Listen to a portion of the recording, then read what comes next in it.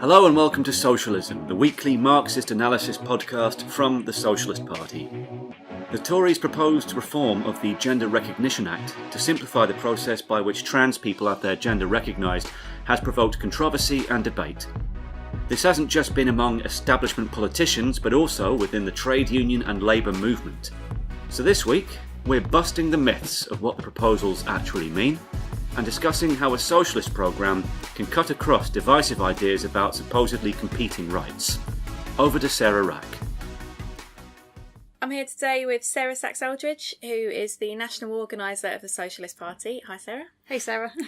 And today we're going to be talking about the Gender Recognition Act, the GRA. So we'd like to start with kind of explaining why we're discussing this issue at all. And we've had a few articles in our publications on it and so on. So why do you think that it's important for us as socialists to have an understanding of the fight for trans rights as a whole? Well, I think that is a good starting point. And I suppose for us, we start with the very basic idea that an injury to one is an injury to all. And that's a kind of traditional slogan of the workers' movement. And I suppose to dive right in, we're trying to build a socialist world that it would be without inequality, without oppression. And this goes right back to the start, really, where Lenin, who was one of the leaders of the Russian Revolution in 1917, that revolution that saw workers take power and start to establish a real workers' democracy, he wrote that it's impossible to build that new socialist world order if the slightest element of compulsion exists against minorities. And that's our approach. And it's absolutely clear that trans people suffer oppression and discrimination under capitalism. Look at how Donald Trump has targeted trans people specifically for attack. And that's including banning trans people from serving in the military. Did it by tweet, I think, as is his way. And it's correct where campaigners for trans rights have linked violence that trans people face with the anti-transgender laws like Trump has made, and like the bathroom bills that we've seen in some of the states in the US. They try to police who may use gender-specific public facilities. And I suppose to start off as well, we should say that it is largely due to the courageous struggle by trans people themselves that the oppression that they face is becoming more widely understood. But there's definitely still a lot more work to do. But at the same time, that has resulted in important changes in attitudes and some legal changes as well, because the GRA is being discussed here. But 9 countries, I think, so far have already introduced the right to self-declaration. That includes Ireland, Portugal, Malta, Argentina, a whole list of them. And in Britain, even before this whole debate broke out, there was in the British Social Attitudes Survey, it found that 82% of people describe themselves as not prejudiced at all to transgender people. So yeah, I suppose basically we want to fight all oppression, and for us that means, and we'll go on to discuss this obviously, both supporting legal changes to simplify the process of self-identification, but also investment in the services that are needed, public health, etc., and fighting against austerity. And I was just going to mention, if that's okay, the government did a consultation at the end of the last 6 months of last year, basically, and we responded to that. We participated in that consultation and said that progressive legal changes are not enough, that obviously sufficient resources are also vital, and that the cuts in public services are impacting on the ability of everybody to access the services that we need. So yeah, that's where we would start from, I suppose. And so you said there, we support the simplification of people gaining recognition for their gender. And I think that's important because there's a lot of confusion about what is actually being proposed. The fact that the Gender Recognition Act already exists, but there is a proposal for reforming it, for, like you say, simplifying that process. So what exactly is being proposed? Yeah, no, I think that's a very good question. Because the Tories proposed reform to the Gender Recognition Act back in 2016, some time ago now, obviously. And at that time, Theresa May had announced that the government was seeking to streamline and demedicalise the process of changing gender. And she said at the time, because being trans is not an illness, which obviously it isn't. And we would welcome any improvements to the GRA and all legal improvements. And three main changes are sought. So that is a move from a medical process to a legal process to change your birth certificate, to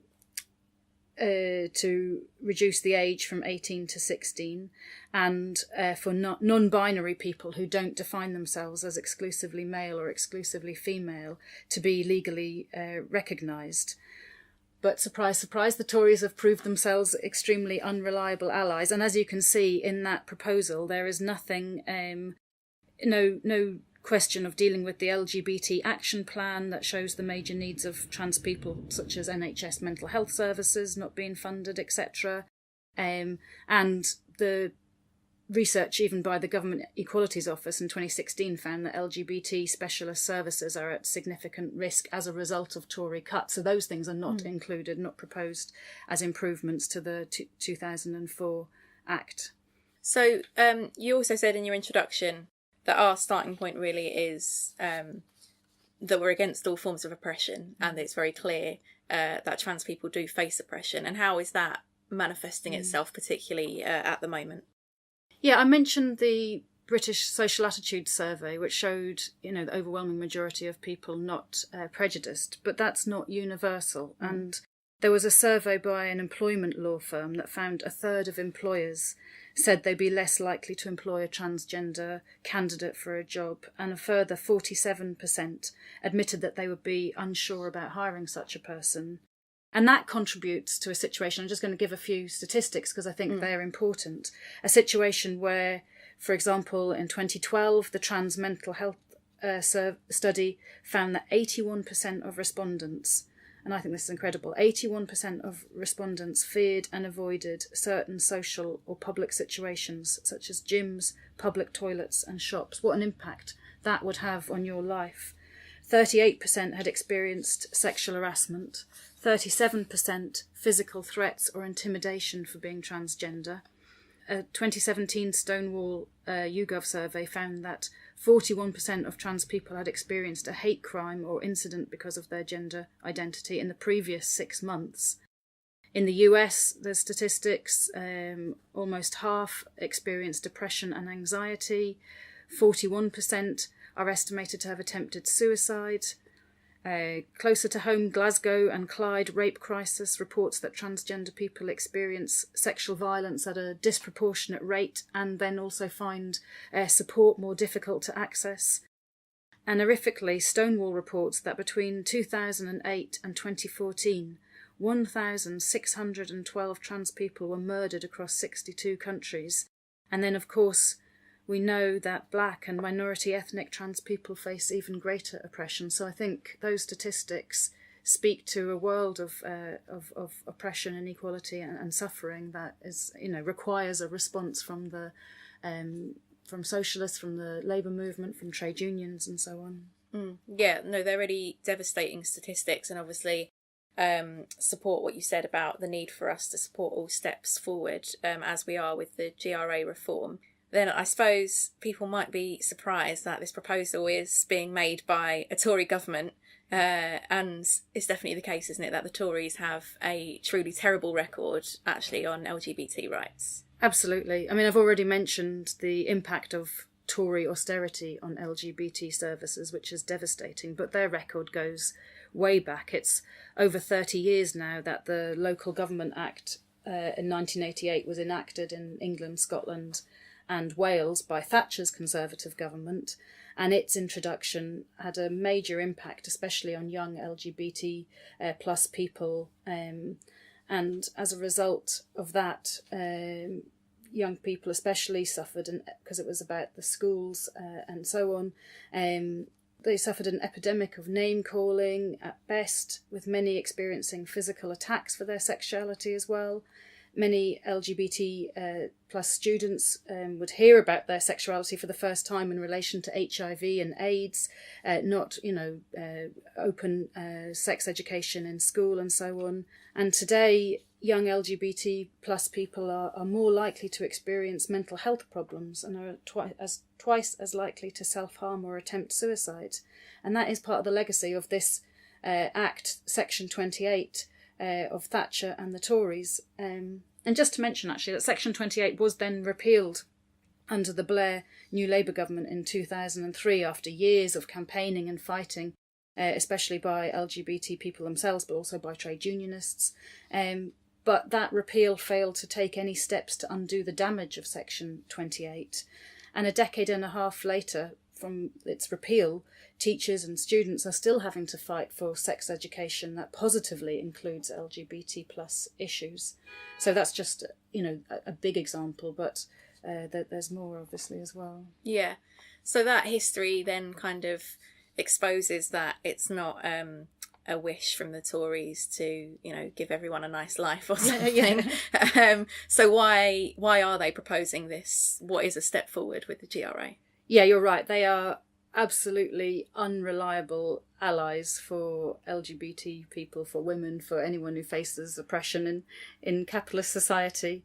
And we think that the Tories' commitment to updating the GRA was really seen as a largely financially cost-free attempt to cut across the hatred of the Tories. We know that the Tories are literally dying out from having had millions of members in the 80s. They're now down to 100,000 or so, who knows, because they can't attract people to join their party on the programme of austerity and so on. And across the world, there are no governments in this era of capitalist crisis that are stable and popular, because they're all implementing austerity and attacks on the working class and offer no solutions or no way out to plummeting living standards, to the idea that the next generation is going to suffer more than past generations. And that hatred was really made clear in the 2017 snap general election. So they'd initiated the review of the GRA, but kind of came back to it in October after that snap general election. And like I said, I think it's an attempt by the Tories to cut across that odium that they face, try and present themselves as progressive. Theresa May has worn a feminist T-shirt, trying to present themselves as standing up for women, for LGBT people, but they are absolutely anything but. I mean, look at May. She's pushing, or has been, she's not really pushing anything at the moment, but she has been pushing a bill on domestic violence. But Tory austerity is leading to the annihilation of domestic violence services and refuges. And ultimately, who are the Tories? They are a party that is, there to defend the system of capitalism. And capitalism is based on exploitation of the majority by the super rich minority, the capitalists.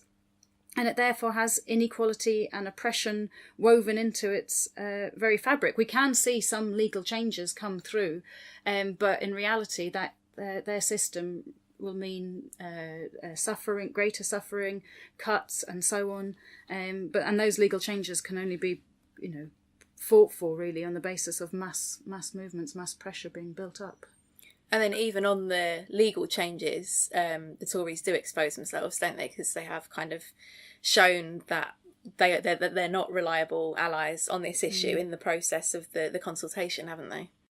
They have, absolutely, because nothing has happened yet. Like I said, it started in 2016. I think they've been through 6 women and minorities ministers since equalities ministers since 2014, just reflecting the instability that they have, for one thing. And then as a kind of further delay, really, they launched a 6-month consultation up to last November. Now, this is in the context of where quite a toxic debate had arisen.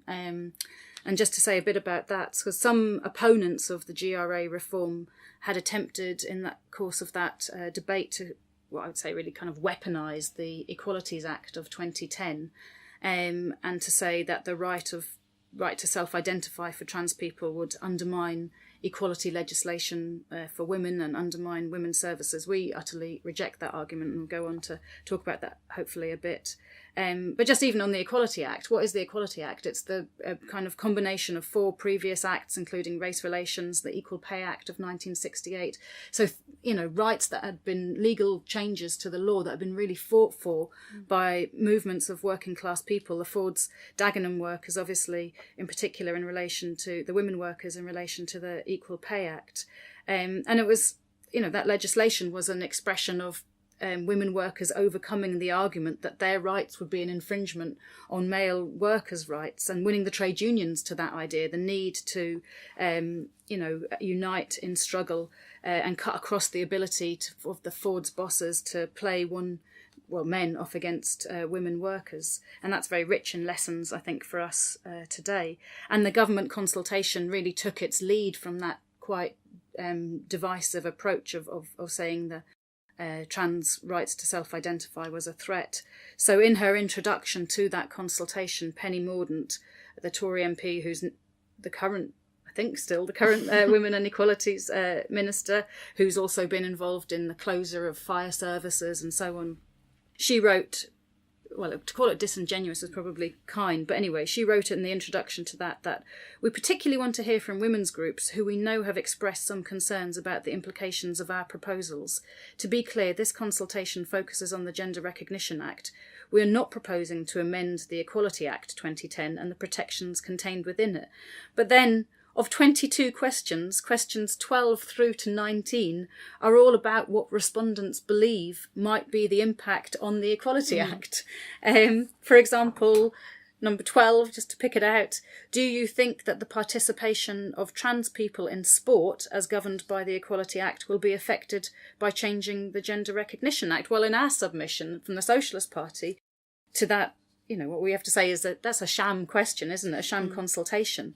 We wrote that we don't know what the changes are that they're proposing because they weren't contained in the consultation. But what we do know is that Tory austerity, privatisation, academisation and school funding cuts have an impact on everybody's ability to participate in sport. And we said that the questions really do invite speculation, but also confusion, and that they also, we felt, were designed to throw sand into the rising awareness of what trans oppression is and the need for collective struggle against both austerity and oppression.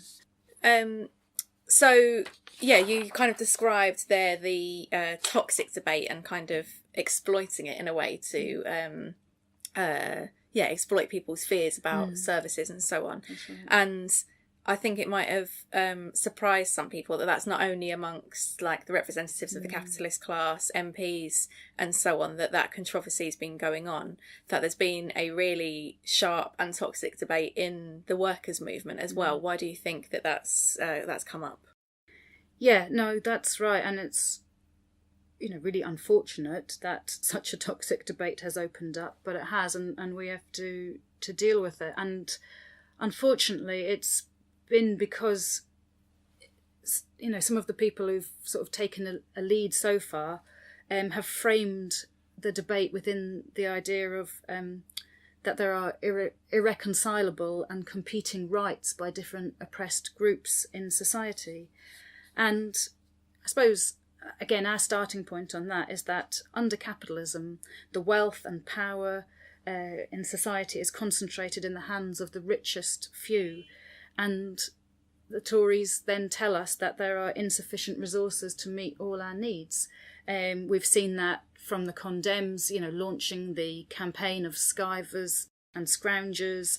We've seen it in attempts to divide young people from old, saying, that's where the threat to young people's access to housing comes from. Obviously, it comes from decades of New Labour and Tory governments failing to build council homes, allowing private house builders to hoard land and so on, and their attempts to divide workers, and we'd say that the real enemy is the bosses, the Tories cutting benefits and services, the bosses paying poverty wages, etc., etc. And a united struggle is needed to defeat those attempts to divide us. And that's one that recognises and fights the different oppressions sections of the working class face, and also for a greater share for the working class in general. And we'd say that it's on the basis of democratic socialist planning and of the working class really participating in the organisation and management of society that we can reconcile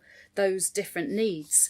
And in the hands of those who work within the limits of capitalism, i.e. who say that the working class is only allowed this tiny share, and obviously austerity is an attempt to even reduce that share further, it'll be about which groups' needs can be met and which groups can suffer, and we have to absolutely reject that idea. And we think it's, therefore absolutely vital that the debate on these issues takes place in the workers' movement and in the trade unions. And it's my understanding that where trade union members have had the opportunity to hear from trans members about the experience, like we outlined earlier on, that the votes are to back changes, improvements to the Gender Recognition Act. And I think that shows, for example, the real capacity that there is for solidarity within the workers' movement. But you're right, those ideas have been largely absent from the debate as people will see it played out so far.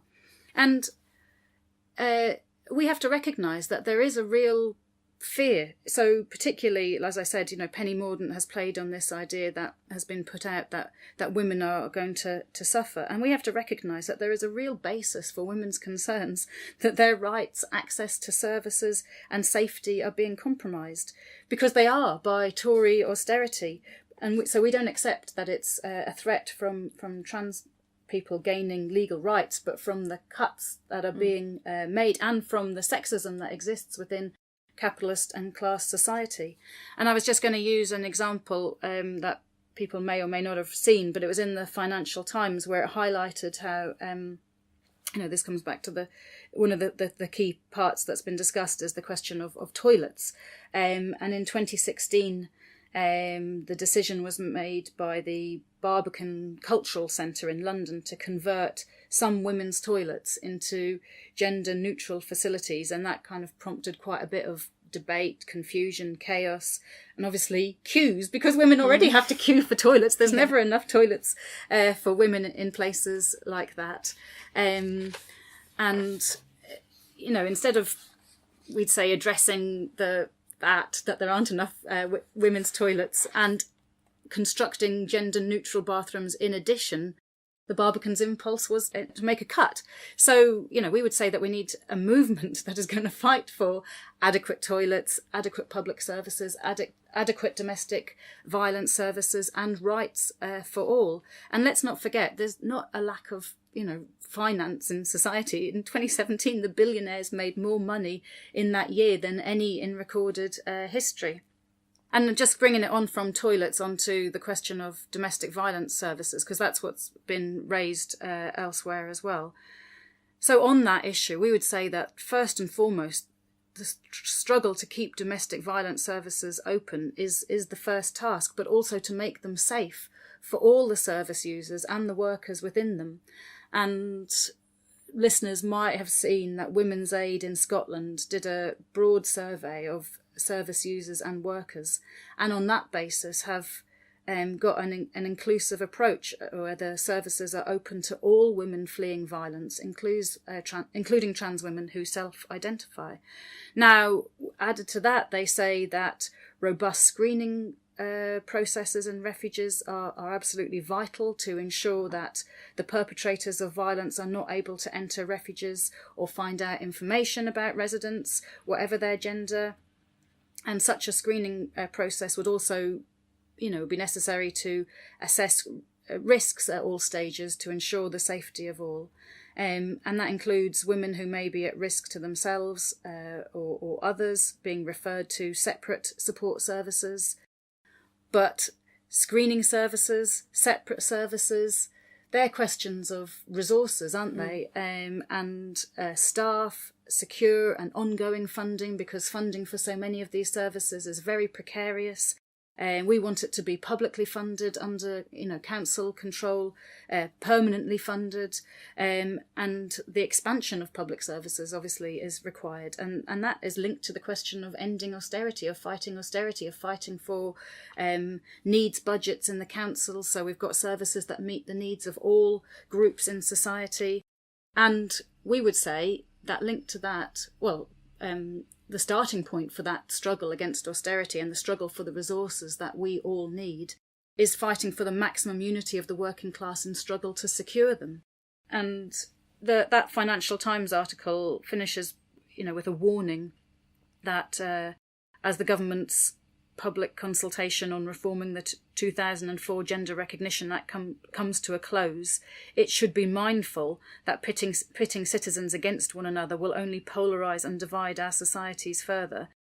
It says nobody wins in a rivalry of rights, and we would say, yes, neither women nor trans people win in a rivalry of rights, but ultimately the defenders of capitalism and the perpetrators of austerity and cuts do win if our movement is divided. And yeah, I suppose that's kind of those points are extremely missing from the debate, aren't they? And really, I think you've seen, unfortunately, some of the self-appointed leaders from both sides of this toxic debate putting forward very divisive ideas. On the one hand, quite reactionary ideas about trans people, and that their rights should be limited, and on the other, a certain idea that women are in some way, that non-trans women are in a privileged position through that, which is would not be our approach, obviously. So you outlined quite a good number of ideas there. Are there other aspects of a programme we put forward to try and cut across those ideas? Yeah, definitely. I suppose I would start with with an explanation of why trans people and why women suffer oppression under capitalism, because I think the programme and how we fight for it and who are our allies, all the things that we've been discussing kind of flows from that. And we'd say that women's oppression is rooted in the emergence of societies based on class divisions, and that it's so intertwined with class society, including in capitalism, today's dominant form of class society, that it's, can't be seen really separately or ended without eliminating class society itself. And capitalism inherited from former class societies its gender ideology, and has used it to serve its economic interests. So with austerity, for example, we see that a bit more coming to the fore, where women are having to take up the slack of austerity cuts to services, suffering low pay, precarious working, 0-hour contracts, etc. But also women moving into the workplace did challenge some of those ideas that came from previous societies, of the rigid gender roles and social attitudes, etc., etc. But the linked to that is the way there's the role that the family plays in class society as a unit of social control, and like I say, in the provider of free services, bringing up children and so on, work in the home mostly carried out by women. And I would say that trans, gay, lesbian and bisexual people, because they in a way challenge that family unit and therefore can't be tolerated by the defenders of capitalism, that's why they also face oppression. And our conclusion, therefore, is that the fight against trans oppression and women's oppression is completely tied up with the fight against capitalism and the struggle for the socialist transformation of society. And to go back again, we started with Lenin and the Russian Revolution. Unfortunately, that degenerated, and the degeneration of the Russian workers' state as a result of its poverty and isolation meant that the real equality that was being fought for by the workers' democracy was never achieved. But nonetheless, it does show what could be possible, I think, because legal changes were made that were decades ahead of many capitalist countries. Free childcare, communal restaurants, public laundries. They were never fully implemented, but they gave a glimpse of how the domestic burden on women could be lifted. Legal changes included women's right to vote, civil marriage and divorce were requested by either partner, equal pay, paid maternity leave. And then in 1926 it became legal to change your sex on passports. Intersex and transgender people received access to medical care without state demonisation. Those advances were, for women and for LGBT plus people, were unprecedented freedoms at that time. And I think the key lesson that comes out of that for us is that the working class is the agent capable of overthrowing capitalism, and thereby by opening the door to building a society with real equality for all without oppression. And as I said, the Socialist Party stands against all forms of oppression for trans rights. I'd say we're involved in this. We're involved in it by writing on the GRA, by exposing the Tories, by answering some of the lies and the divisive ideas that have been put out. We've been key in some of the debates in the trade unions, in defending the democratically agreed position of the trade unions, and also by explaining the role that the working class can play in this struggle. We're key in the Women's Lives Matter campaign as well, that is fighting to defend domestic violence services. And obviously we want domestic violence services, as we've said, for all who need them, women, trans people, etc., etc. And they are under, I would say, kind of mortal threat of annihilation by Tory austerity. And I don't need to make the point how absolutely vital they are, offering a chance to escape very violent and potential circumstances and potentially death. But 60% of those seeking a refuge at the moment are unable to be housed, most commonly due to lack of space. 1 in 4 domestic abuse refugees have lost all government money for therapeutic support. State funding is at its lowest ever levels. And so we really need action on that. And we would say that on that issue, councils could really take a lead. There's 125 Labour-led councils in Scotland, England and Wales, and they hold about £14 billion in usable general fund housing and capital receipt reserves. And we, part of our programme on this issue and for women's rights is to call on Labour councils to reject the Tory cuts that deny women these essential life-saving services and to refuse to make the cuts to the funding.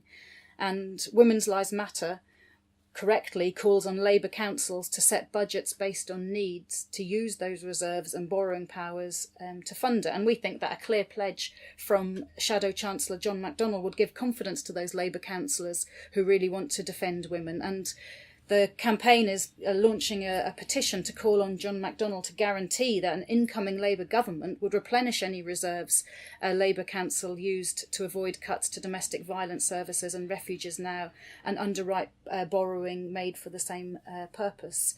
The campaign against domestic violence, I think, offers a lot of lessons in a programme that could be developed now. It was initiated by Socialist Party members in the 1990s, but rapidly became a broad-based campaign.